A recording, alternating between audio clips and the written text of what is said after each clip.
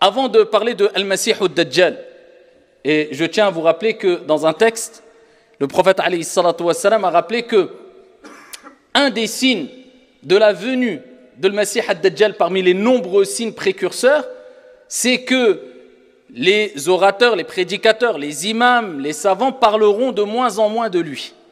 Donc ici nous profitons de cette occasion de ce vendredi pour parler de Al-Masih ad-Dajjal et rappeler aux croyants et aux croyantes certains points essentiels afin de ne pas, comme j'ai dit précédemment, tomber dans une quelconque parano.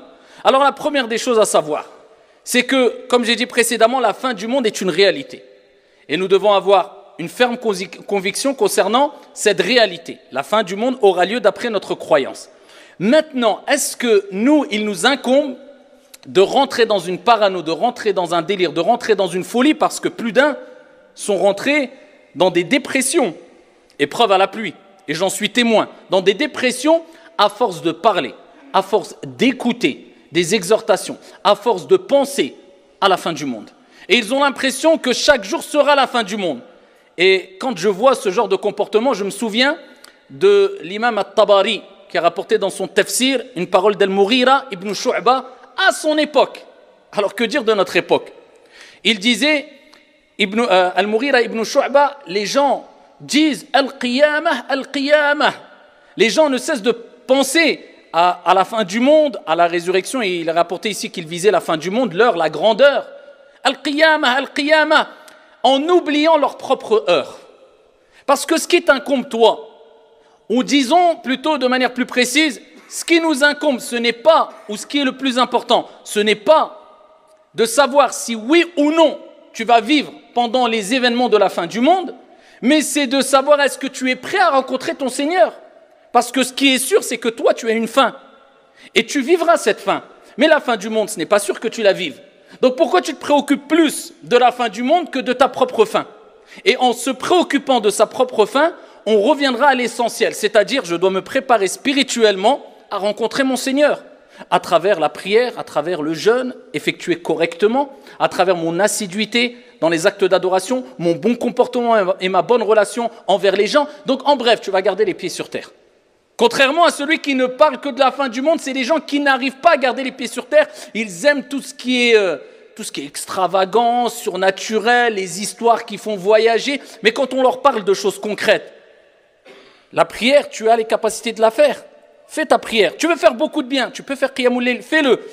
Donc quand c'est des choses concrètes, quelquefois ils s'éloignent de ces actes concrets. Mais quand c'est pour parler ou imaginer ou supposer ou faire des déductions sur des choses qui sont... on ne sait même pas si on va les vivre, alors là, ils aiment passer des heures et des heures en délaissant ce qui est le plus important. Donc, la fin du monde aura lieu, mais attention de tomber dans une psychose quelconque. Jusqu'à ce qu'il y ait des gens qui viennent nous dire, alors en parlant des signes de la fin du monde, ils ont... Alors ce n'est pas seulement ça la cause, il y a d'autres causes. C'est pour ça que je dis souvent, wallahi, beaucoup de gens dans la communauté, malheureusement, je parle de gens qui sont atteints quelquefois de maladies psychologiques, etc., ont besoin plus de psychologues et de psychiatres que de raqi. Il y a des gens qui viennent te voir et qui te disent « Je suis le Mahdi ». Combien j'en ai vu moi? Je suis le Mahdi. C'est moi qu'on attendait. Jusqu'à ce que plusieurs personnes sont venues jusqu'à la mosquée en nous disant ça. J'en ai rencontré plein. Je suis le Masih ad-Dajjal. Bien sûr qu'ils sont pris de folie. Mais pourquoi ils ont été à jusque dire ces paroles-là? C'est des croyants, des musulmans, hein. Même s'ils sont pris de folie, pourquoi ils s'accrochent à ces convictions-là? Parce qu'on leur a tellement parlé de ça. Et ils se sont tellement accrochés à ces récits-là en délaissant ce qu'il y a de plus important, sachant que tout est important en islam, que maintenant il vit qu'avec ça. Il ne parle que de Masih ad-Dajjal et al-Mahdi. Donc méfiez-vous, sachez que ça fait partie des sciences qu'on doit acquérir, des connaissances qu'on doit acquérir. Cela doit nous pousser à une préparation aussi, comme on va le voir bi'idhnillah azza wa jal, mais à pas rentrer dans des délires quelconques.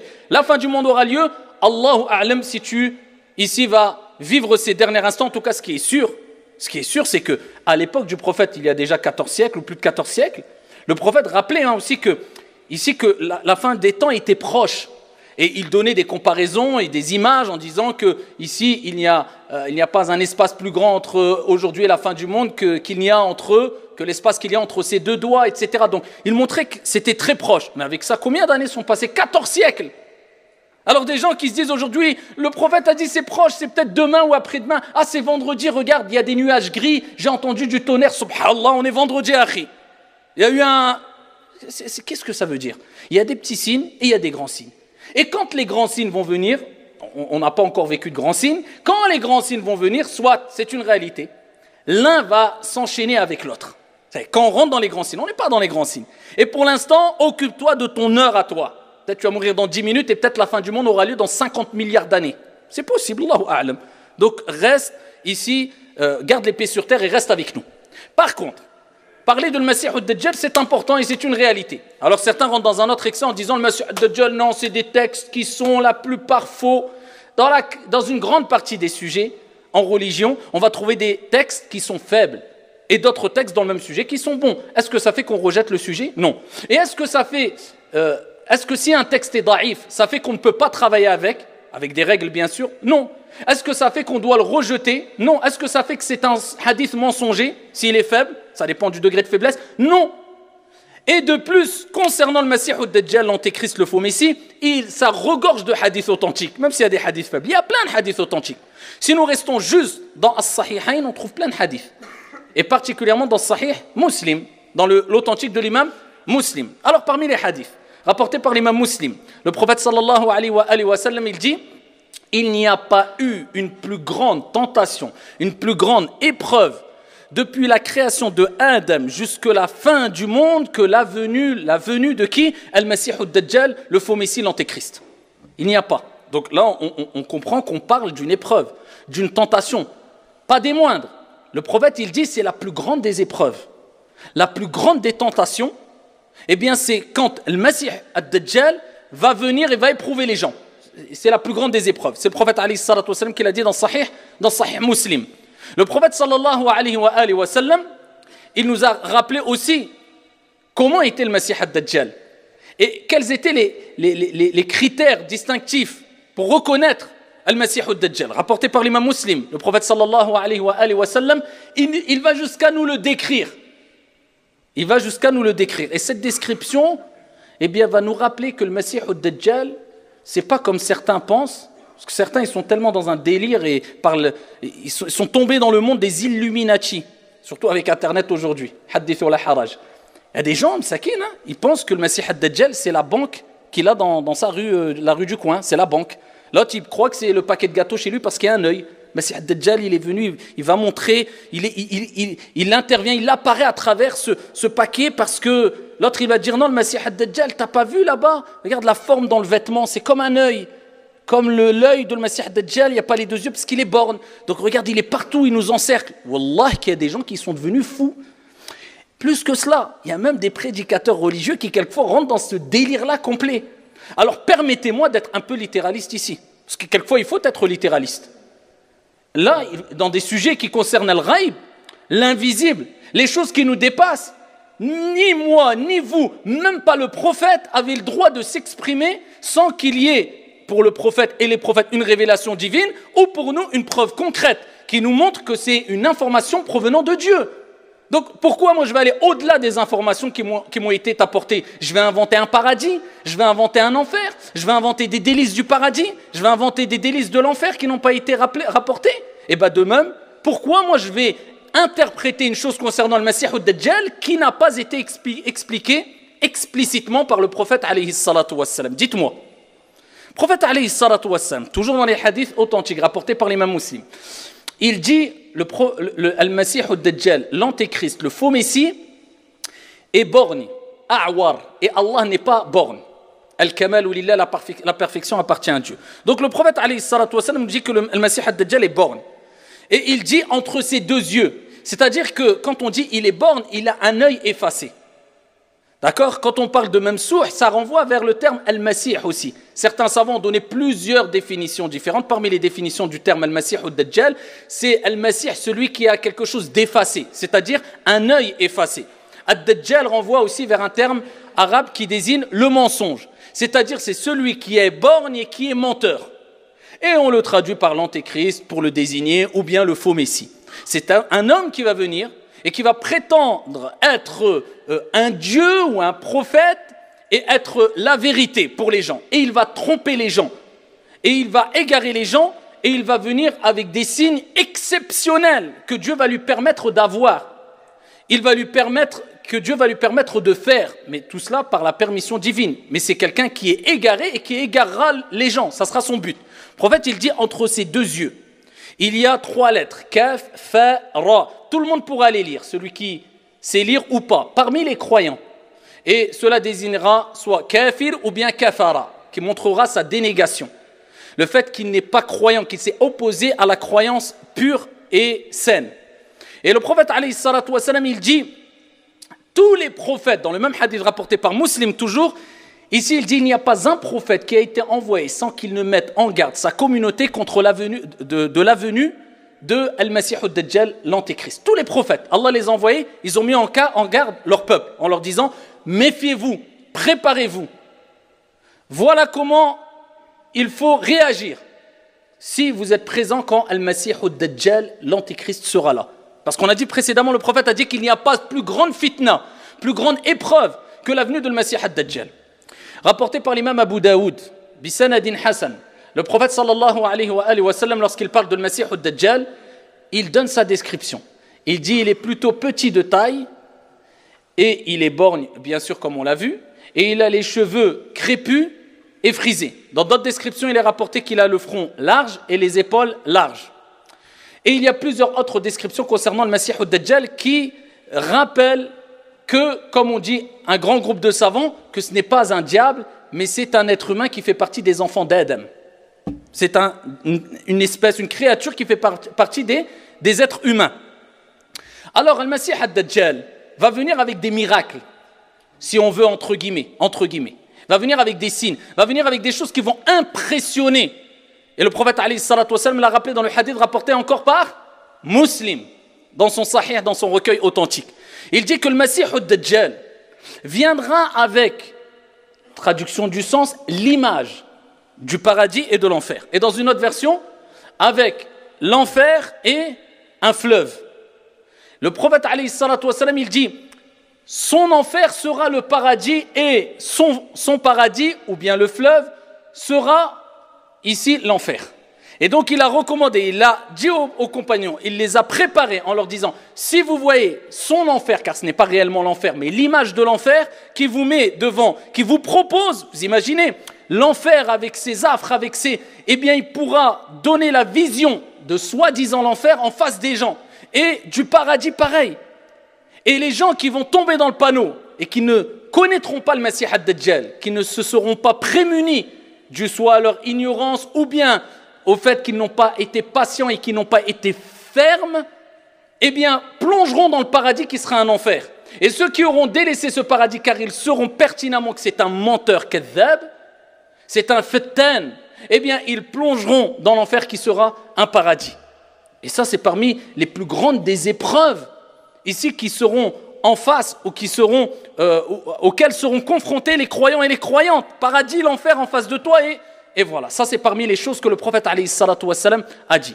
Le prophète sallallahu alayhi wa sallam, dans un hadith, toujours rapporté par Muslim, il fut interrogé sur Al-Masih ad-Dajjal et ils lui ont dit, Ya Rasulallah, combien de temps va-t-il rester sur terre? Combien de temps va-t-il rester sur terre? Et le prophète alayhi salatu wassalam a dit, Arba'ouna yawman, 40 jours. Il restera 40 jours sur terre. Par contre, il dit alayhi salatu wassalam, il dit un jour comme une année, un jour comme un mois, un jour comme un jumu'ah et le reste des jours comme vos journées habituelles. D'accord? C'est-à-dire qu'une année, la première journée de ces 40 jours, en fait, ça ne sera pas une journée, ça sera une année. Quand l'année sera terminée, la deuxième journée, eh bien, ne sera pas une journée. Cette journée sera concrètement, eh bien, un mois. Ensuite, ça sera dans une version une semaine, une version un jumu'ah, et ensuite le reste des jours comme le reste des jours. Le hadith est rapporté par Muslim. Le prophète sallallahu alayhi wa sallam, il continue. Et il dit, il sera plus rapide que les pluies éparpillées par les vents. Très rapide. Il pourrait être là dans un instant, quelques instants après, à l'autre bout du monde. Bon, donc, celui qui n'est pas croyant, donc qu'il mette pause et qu'il aille écouter quelqu'un d'autre. Parce qu'il faut vraiment avoir une croyance ferme en cela pour pouvoir s'imaginer de qui va être le Messie ad-Dajjal. Ça, c'est des paroles prophétiques dont on y croit fermement. Donc, il dit que il se déplacera rapidement sur la surface de la terre et ça sera une épreuve pour l'ensemble des gens. Et il dit, alayhi salatu wassalam, il fera tomber la pluie devant les gens. Vous voulez de la pluie? Il y a la sécheresse? Ok. Devant un peuple, devant un groupe. Vous voulez de la pluie? Ok. Il ordonnera au ciel de faire tomber la pluie, bi'idhnillah, par la permission d'Allah. Vous voyez, les épreuves, ça sera dur. Imaginez-vous, quelqu'un vient aujourd'hui, il te regarde et dit quoi? Tu veux qu'il pleuve? Le ciel fait tomber la pluie, il pleut. Tu vas te dire quoi? C'est pas des petites... on ne parle pas de sihr, de magie qui peut te dire oui, mais il y a une explication. Oui, il travaille avec les djinns. Oui, c'est la pluie qui tombe. Donc, il fera des choses impressionnantes. Il traversera, toujours dans le hadith rapporté par Muslim, le prophète sallallahu alayhi wa sallam, il dit dans le même hadith, il passera par des ruines et il ordonnera aux ruines de faire sortir ses trésors. Il y aura des ruines et des trésors cachés, des choses qui sont enfouies, peut-être depuis des siècles, etc. Il ordonnera à ces ruines de faire sortir ses trésors et le prophète, il dit, ils sortiront comme un amas d'abeilles. Vous avez vu des abeilles? Si tu vas les déranger, un groupe d'abeilles, eh bien, ils sortent. Et en plus de cela, si toi tu les déranges, tu cours, ils te suivent. Pareil. Les trésors sortiront comme ça en masse et ils suivront où il veut Al-Masih ad-Dajjal, l'antéchrist, le faux messie. Quand les gens vont voir ça, eh bien, qui va réussir à patienter si ce n'est illa man rahim Allah? Sauf celui à qui Allah fait miséricorde. C'est pour cela que le prophète alayhi salatu wassalam a dit, si le Masih ad-Dajjal, eh bien, apparaît, et je ne suis pas auprès de vous, fathbutu, soyez fermes. Et Allah Jalla wa Ala nous recommande maintes fois dans le Coran d'être ferme, et particulièrement lors des épreuves. L'épreuve, pour la réussir, il faut être ferme, et en demandant à Dieu de t'assister. Parce que si tu n'as pas de fermeté, eh bien tu vas fléchir, perdre tes forces, et ici tu vas abandonner même peut-être ta croyance. Donc c'est pour cela il est toujours bon de demander à Dieu de nous accorder fermeté dans notre foi, dans notre croyance. Le prophète il dit soyez ferme, il ne faut pas que vous ayez des doutes. Je suis sûr à 100% que c'est un menteur, car le prophète nous l'a décrit et nous l'a rappelé.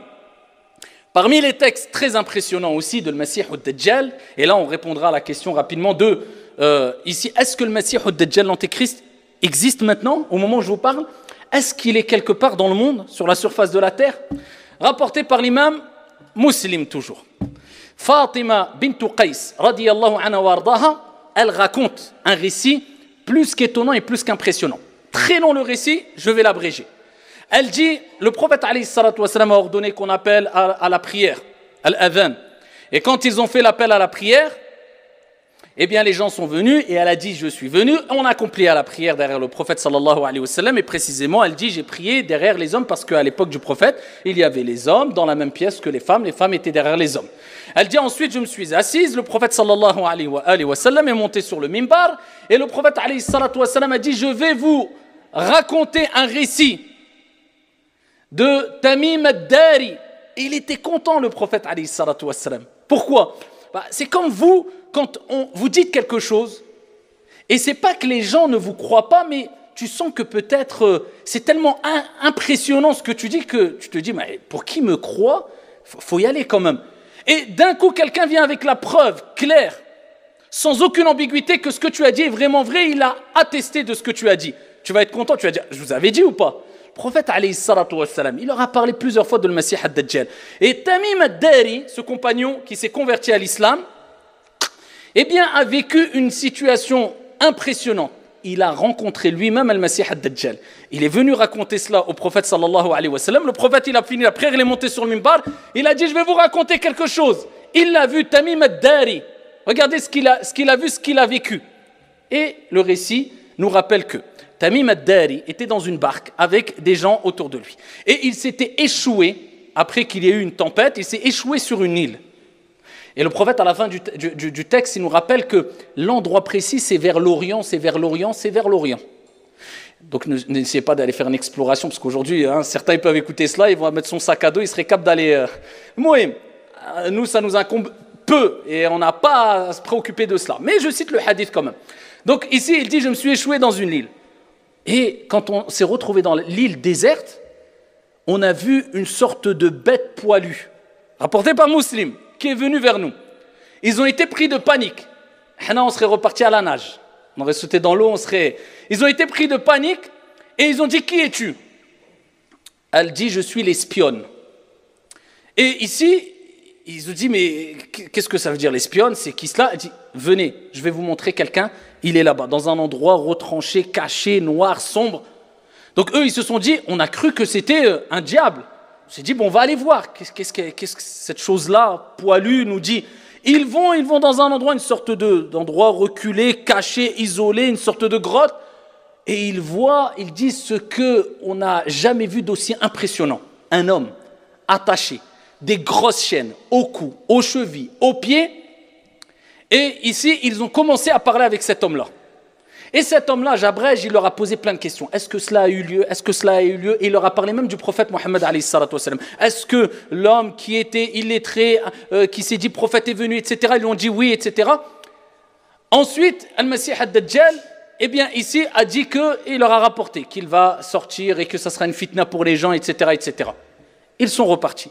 Le prophète sallallahu alayhi wa sallam, ici, a raconté cela et il a raconté le passage où l'antéchrist, le Masih ad-Dajjal, a dit « Je partirai partout, je rentrerai partout, sauf à Mecca et à Taïba. » À Mecca et à Taïba, je ne rentrerai pas. Le prophète, il était sur le mimbar, il avait son bâton et il a tapé 3 fois sur le mimbar en disant « Je vous avais dit, ici, il a dit Mecca et Taïba, Mecca et Taïba, Mecca et Taïba. » Il dit « C'est ce que je vous avais dit. » Parce que le prophète leur a dit que le Masih ad-Dajjal, l'antéchrist, partira partout, pourra rentrer partout, sauf à la Mecque et à Médine. Taïba, c'est-à-dire à Médine. Pourquoi? Parce que Taïba et Mecca sont des endroits sacrés qui sont préservés, protégés par Al-Malaïka, par des anges autour, et il ne pourra pas rentrer. Et le prophète, alayhi salatu wassalam, ensuite il termine le récit, il regarde les compagnons, il dit « Je vous l'avais dit ou pas ?» Traduction du sens, je vous avais raconté cela ou pas? Je dis « Na'am ya Rasulallah » Donc le prophète, alayhi salatu wassalam, a été content que ce qu'il a dit, eh bien, a été attesté par des personnes de confiance qui l'ont vu de leurs propres yeux. Et c'était ici Al-Masih ad-Dajjal, d'où la parole d'un grand nombre de savants qui disent qu'il existe, il est présent et il est enchaîné aujourd'hui dans un endroit du monde, Allahu A'lam, Dieu seul sait où c'est exactement. Et il sortira, il sera libéré quand Allah subhanahu wa ta'ala, notre Seigneur, lui permettra d'être libéré. En tout cas, ce qui nous incombe, c'est de savoir comment s'en prémunir. Comment s'en prémunir? Il y a 2 grands moyens pour s'en prémunir, sachant que j'ai cité le premier moyen qui est al-thabat, rester ferme. Le deuxième moyen, c'est ce que le prophète a rappelé dans les hadiths rapportés toujours par Muslim. Étonnant que des gens disent oui, les hadiths, la plupart sont faibles. Je suis d'accord que certains ont l'intention de mettre en garde la communauté parce que beaucoup tombent dans des délires. Et je le dis, je le répète encore une fois, il y a des jeunes aujourd'hui qui deviennent fous avec ces sujets de la fin du monde et compagnie. Et quand tu parles avec lui, tu te dis, lui, Mskin, il a besoin d'un psychiatre et un psychologue. Donc ici, il faut garder les pieds sur terre. Mais par contre, de dire que la plupart des textes sont faibles, c'est faux. Rapporté par l'imam Muslim. Le prophète sallallahu alayhi wa sallam, comment ça serait faux alors que le prophète, il dit quoi? Il dit, il a ordonné aux compagnons, il a recommandé aux compagnons ce que lui-même faisait. Écoutez bien, aux 5 prières par jour. Vous imaginez, ça veut dire on pense à cela 5 fois par jour et on cherche protection près d'Allah 5 fois par jour. C'est que c'est pas n'importe quoi. Le prophète, il a dit, c'est la plus grande des fitnas, la plus grande des épreuves. À la fin de chaque prière, au moment où du'a mustajab. Vous savez que parmi les moments où l'invocation est acceptée, c'est à la fin de tashahhud, qabla at-taslim, juste avant de dire assalamu alaykum, tu fais du'a mustajab bi'idhnillahi azza wa jal. Du moins, c'est un temps où il y a de fortes chances que l'invocation soit acceptée. À ce moment-là, le prophète, il disait quoi? Il disait ce qu'il a recommandé aux compagnons. À chaque prière de ces 5 prières, il disait, dites, à la fin du tashahhud, Allahumma inni a'udhu bika min adhabi jahannam, wa min adhabi al-qabr, wa min fitnati al-mahya wal-mamat, wa min sharri fitnati al-masih ad-dajjal. Il disait, cherchez protection auprès d'Allah, c'est ce que vous devez dire, hein. Avant le taslim, dites toujours ça. Oh Allah, je cherche protection auprès de toi contre l'enfer, et contre le châtiment de la tombe, et contre les épreuves de la vie et de la mort, et contre Al-Masih ad-Dajjal, le faux Messie, l'antéchrist. Voilà, le prophète, il disait, dites cela 5 fois par jour. Donc ça, c'est un moyen de te préserver, si au cas où, on ne sait pas, eh bien, qu'Allah nous accorde al-thabat, le raffermissement, on soit encore présent quand cela arrive. Parmi les deuxièmes moyens, le prophète, alayhi salatu wassalam, toujours fait sahih et muslim. Il dit, il y a 2 hadiths différents qui rejoignent ici le sens de ce hadith-là, et il nous dit, celui qui récitera les 10 premiers versets de Surat Al-Kahf, d'accord? Les 10 premiers versets de Surat Al-Kahf, la caverne, bien sera prémuni, préservé contre la tentation de Al-Masih Ad-Dajjal, contre l'Antéchrist. Et dans une autre version, il est rapporté les 10 derniers versets de Surat Al-Kahf, d'où l'importance de les apprendre ou de les lire souvent. D'accord? Si la personne les apprend, c'est-à-dire les 10 premiers versets particulièrement de Surat Al-Kahf, qui sont très faciles à apprendre, eh bien, c'est un moyen de se préserver contre le Masih Ad-Dajjal. Et pour terminer, le Masih Ad-Dajjal, eh bien, sera tué. Par qui? Par Jésus, Isa ibn Maryam, alayhi salam. Allah tabaraka wa ta'ala ordonnera à Isa, parce que Isa n'est pas mort, Jésus n'est pas mort, comme Allah Jalla wa Ala dit, il n'a pas été tué, il n'a pas été crucifié, mais on lui a donné une ressemblance à un autre personnage et on l'a élevé et Allah l'a purifié. Isa alayhi salam. Et il descendra près des minarets blancs en Syrie, Isa alayhi salam, et il poursuivra Al-Masih Ad-Dajjal. Allah Jalla wa Ala apportera une délivrance aux croyants et aux gens quand il enverra Jésus, Isa, qui redescendra et qui fera tawaf autour de la Kaaba et qui priera Isa alayhi salam et qui, sur la terre, il redescendra et il mourra en tant que musulman. Eh bien, Isa poursuivra le Masih Ad-Dajjal et quand le prophète alayhi salatu wa salam fait sahih a dit quand Al-Masih Ad-Dajjal verra Isa, il va fondre comme le sel fond dans l'eau. Ensuite, Isa le poursuivra après cela. Et il prendra la fuite jusqu'à ce que Isa, dans un endroit particulier en Palestine, eh bien, il l'attrapera, il ira jusqu'à proximité de le Masih Ad-Dajjal, et Jésus, Isa alayhi salam, lancera sa lance et il tuera ici Al-Masih Ad-Dajjal. Et voilà les informations, en gros, ici, de manière résumée, qu'on a sur Ad-Dajjal. Donc Ad-Dajjal, eh bien, on a donné sa description, on répète, ce n'est pas une société, ce n'est pas une vidéo, ce n'est pas une banque, ce n'est pas un groupe de personnes. On a donné les descriptions. Khlas, intaha al-kalam wa qudiya al-amr. C'est le prophète alayhi salatu wa salam qui l'a dit. Maintenant, concentre-toi dans ce qui est clair sans aucune ambiguïté. Je dois prier, je dois jeûner, je dois me préparer pour le delà, je dois faire du bien parce que même celui qui a fait énormément de bien regrettera dans sa mort qui est très proche, dans notre mort qui est très proche, de ne pas en avoir fait assez, sans rentrer dans une exagération quelconque, en restant dans le juste milieu, regrettera de ne pas avoir eu un bon comportement envers les gens, afin que les gens témoignent de son bon comportement, et que ça soit un argument pour lui au jour de la résurrection. Donc, gardons les pieds sur terre, prenons ces informations qui nous permettent d'augmenter notre connaissance religieuse. Hada wallahu ta'ala a'la wa a'lam wa ahkam. Sallu wa sallimu rahimakumullah.